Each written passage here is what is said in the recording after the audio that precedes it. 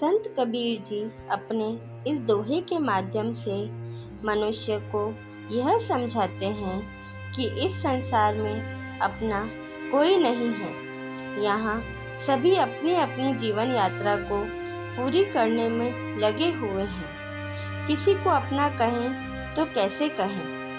संत कबीर जी का यह दोहा इस प्रकार से है।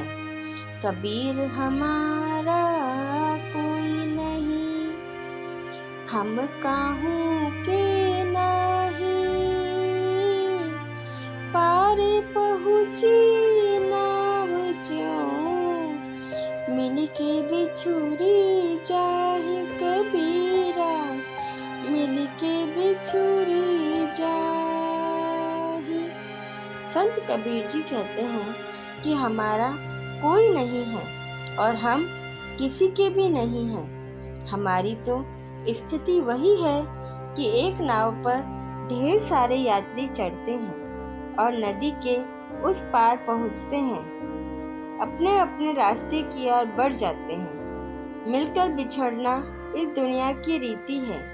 हम किसी को अपना कहें तो कैसे कहें।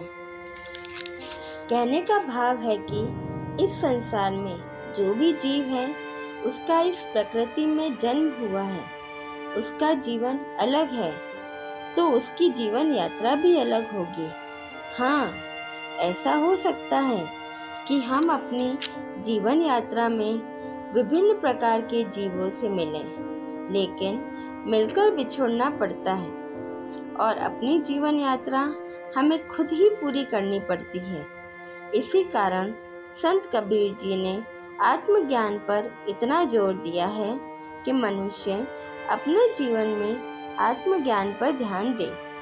इसी पर कबीर जी कहते हैं कि